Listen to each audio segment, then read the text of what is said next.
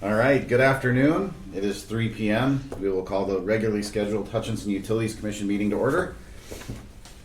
Any conflicts of interest to declare? None. All right, we'll go right on to agenda item number 2, approve the consent agenda, approve minutes, and ratification of the payment of bills. Anyone care to approve? I'll be abstaining from this vote. I'll make a motion to approve minutes. I'll second. Motion by Tom and second by Kathy. All in favor signify by saying aye. Aye. You abstained. Any opposed? Motion carries. Item number 3, approval of the financial statements. Couple quick things to mention. On the electric side, I overestimated transmission by about 36,000, so that'll take it from about, what are we at, 26,000 in loss, 29,000 in loss to about a 7,000 profit for the month. Obviously, you'll definitely notice the sales for resale is down. Again, that was just kind of an anomaly of a year last year, so that'll probably be an every month thing. PCA this month was about 1.762 cents, so that's probably about the highest it's been in quite a while as well. So I brought in another 428,000 last month. On the gas side, I just wanted to mention, really the only difference from last year is the fuel cost adjustment. Like it brought in 28,000 this month, whereas last year we gave 43,000 credits. So that's kind of the difference between the 2 years, June to June. That's all I have. Yeah, I really didn't have anything else either than just touch on the power cost. I think that is the biggest one I've seen since I've been here. So I would anticipate us seeing another large one in July with how hot it's been and again the power supply costs. Like I mentioned a couple months ago, that's our most expensive wholesale power is June, July, and August.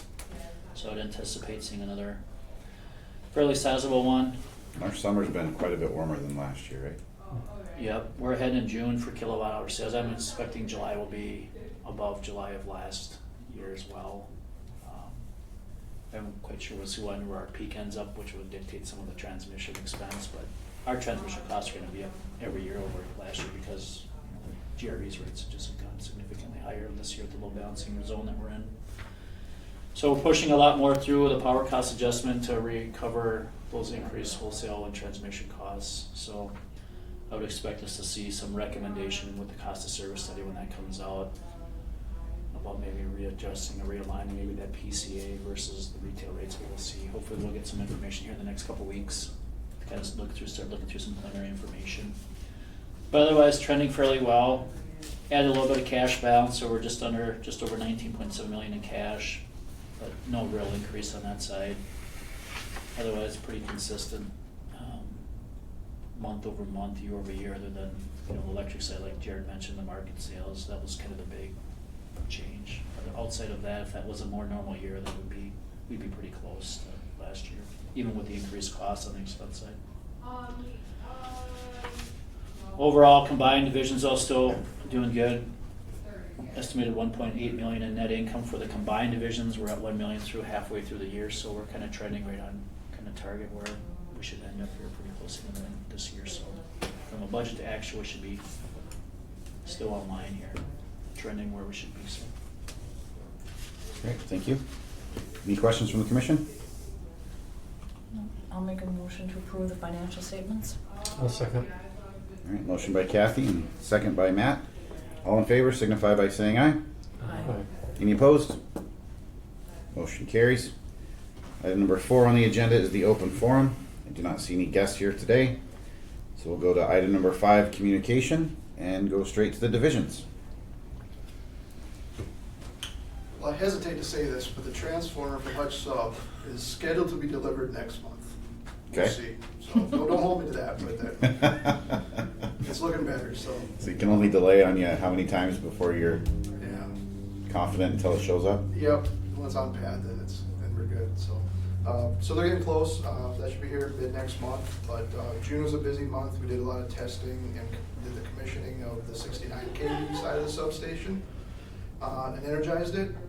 So now it's the 115 side, the high side is they're working on now, construction. A lot of that is erected and ready to go. The welders are up there putting up bus work, and they'll go as far as they can, and then the keystone is the transformer. Then they can really finish it off, and then we can start testing on that. So hopefully it'll be a busy August, or tail end of August when the transformer gets here.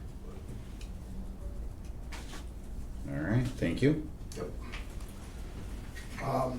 For the gas department, we got our two new employees started July 14th. I just had a brief meeting with them this morning, both of them, and they've been so busy they haven't even thought about it. I mean, construction season's been fast and furious the last couple of weeks, so which is good. Keep them busy with that. And then we're still planning for August 3rd to start our 6-inch parallel from Plant 1 to School Road.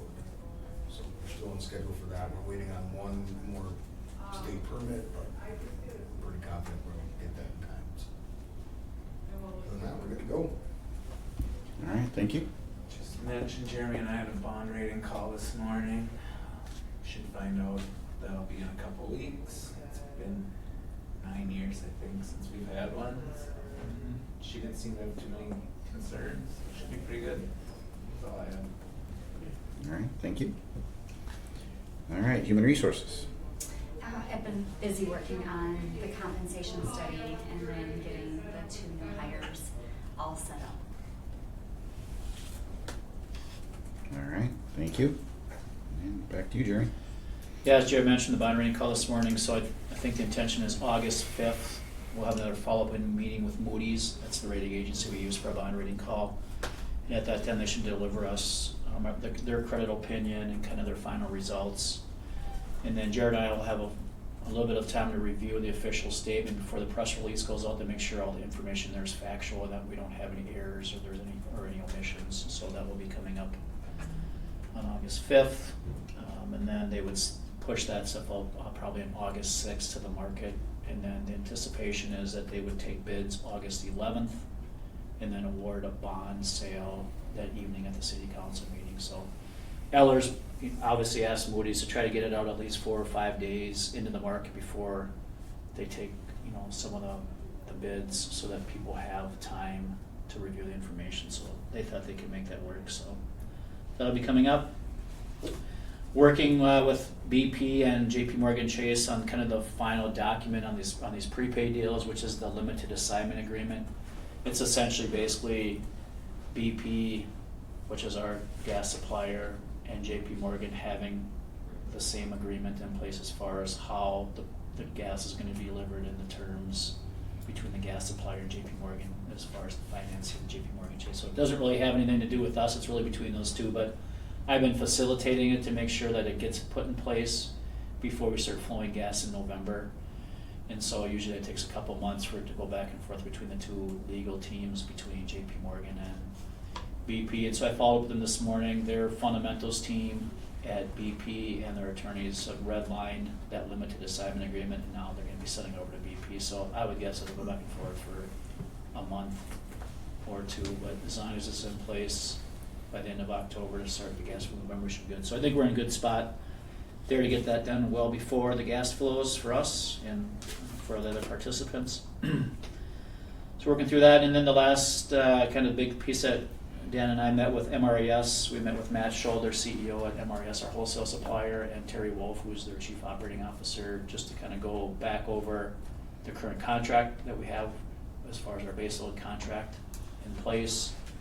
See if there's any other opportunities for any partnerships or other things that they can help us with, or if there's any opportunities for long-term capacity that MRES and the membership needs that maybe we could partner on. So we're going to be looking through some of those things moving into the future. I think Terry's going to set up a call with some of their transmission group and Dan and our system control staff just to work through some logistics and look at some of their market dynamics that may be advantageous for us to look at. And then Matt really asked us and the board to consider extending the contract terms if we have any interest in doing that. So right now there's 58 S1 members, and those are essentially full requirement members of MRES. So any WAPA hydro allocation that they get from the federal government, they'll use that first, and then any supplemental power they need above that WAPA allocation or the hydro allocation has to be supplied by MRS, so there's 58 one of those members, called S1 members. And then there's 3 not S1 members. It's us, Pella, Iowa, and I can't remember the one in North Dakota. So they're looking to extend the 58 S1 members again out another 10 years to 2067. So what MRS really likes to do is they'd like to have the S1 members agreements be always 40-year terms. And the reason for that is, one, MRS was incorporated under the state of Iowa, and by Iowa law, you can't have a contract any longer than 40 years. So they want to continually, about every 10 years, what they want to do is they want to go back to the S1 members and ask them to continually extend their contract 10 years. The reason for the 40 years is it makes it easier for long-term capital asset planning and bond issuing. And so the longer that they have these contracts tied up, it's a guaranteed revenue stream that they use as pledge against bonds. So it gives them a better bond rating and a better financing structure. So they are going to really try to do that with the S1 members. So they've already went through one iteration. They went from 2046 to 2057, and that was 7-8 years ago. And they never kind of circled back to the non-S1 members. And now they're going back in front of the S1 members again for an additional 10-year extension. So we reviewed our contract. Ours goes out to 2046, January 2046, so we have 20 years left on the contract. I did ask them, are all the non-1 S1 members on the same time frame, and they're not. Ours is 20 years left. One of the other members is 5 years left, and I can't remember the other one. So they're not all consistent. Of course, they'd ideally like to have every member on the same time frame. So they asked us to consider if we'd be willing to extend the contract to where the board said. So I just want you to start thinking about that. I'll send you out the contract that we have. I basically told them I don't know, where our board sits. This has been put in place 20 years, and I said we've got good service from them. We get 25 megawatts of power around the clock. We also get 25 megawatts of capacity, and they provide us a lot of other ancillary benefits that they don't charge us for. They help us with transmission planning and a lot of different services that aren't charged. So we have a good relationship with them. We get good benefits from them. So it's just something I want you to think about. I have told them historically over the years since I've been here, sometimes the boards aren't real apt philosophically to get into long-term contracts because they don't want to put that burden on the next group of commissioners coming in that they don't have the ability to change out wholesale contracts or structures. But I said I would come to you and to get you guys thinking about that and let you know. I did ask him, is it absolutely critical that the 3 non-S1 members you want them extended? He said no, it hasn't really affected their bond ratings or anything to date, so he wouldn't perceive that the other 3 members would have a significant impact on changing that dynamic. But from an ease of administration and just having everyone consistent, they certainly would like that. So I just said I'd bring it forward for you guys to start thinking about. So I'll send you an email and I'll send you the contract. You can kind of ponder that. So that'll be something I'll need to get back to him at some point. Didn't seem like there was a real critical rush, but something that we want to just kind of work through on that. So otherwise, and then like I said, then MRS will be reaching out with Dan and some of his staff just to kind of work through some other opportunities and dynamics. But it was good to touch base with those guys. We haven't really followed back up on our contract in a long time, basically since I got here. So it was just good to touch base on some of those things. So that's really what I got for new stuff. Okay. Any questions from the commission? No. All right. Item number 6, policies. We have a few for review. Nothing to approve for changes. And item number 7, we do not have any unfinished business. Item 8, new business. Readopt the Data Practices Act and Public Records Request Policy. So every year we have to annually renew our data practices policy. We're required to by law, and so what's in the packet is really our current policy that's been in place for quite a while. We haven't made any adjustments or amendments to it. It essentially lays out the guidelines and the procedures for if a data request comes forward, what's public data, what's private data, what stuff can be requested, who's responsible for reviewing the information to make sure stuff isn't going out that should be going out. If there's certain costs that are associated with, collecting the data, redacting data, fine tuning data. It lays out the guidelines and the ways we can collect reimbursement for the costs associated with staffing time to go through those things. And so we're just asking for the commission just to continually readopt the data practices policy that we have. And the city of Hutchinson has the same data practices policy. And most of this stuff is usually templated from the League of Minnesota Cities, creates that stuff on behalf of most of the governments in the state of Minnesota. So this follows very similar to the template that they've sent out. So just looking for you guys to readopt the data practices policy today, since it has to be put in place or readopted by August 1st of the year. Okay. Any questions for Jeremy? I'll make a motion to readopt the Data Practices Act and Public Records Request Policy. I'll second. All right. Motion by Matt and second by Kathy. All in favor signify by saying aye. Aye. Any opposed? Motion carries.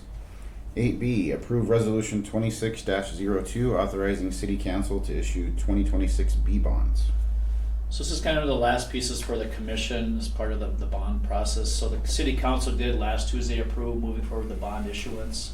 So between that time and the time that they actually go out and issue bonds, we just need a confirmation from the Hutchinson Utilities Commission that they continually want to authorize the city council to move forward with the bond issuance. So this resolution 2602 essentially is reaffirming that they want the city council to issue bonds on behalf of HUC for a lot of the upkeep and improvements needed on the distribution and electric system. So.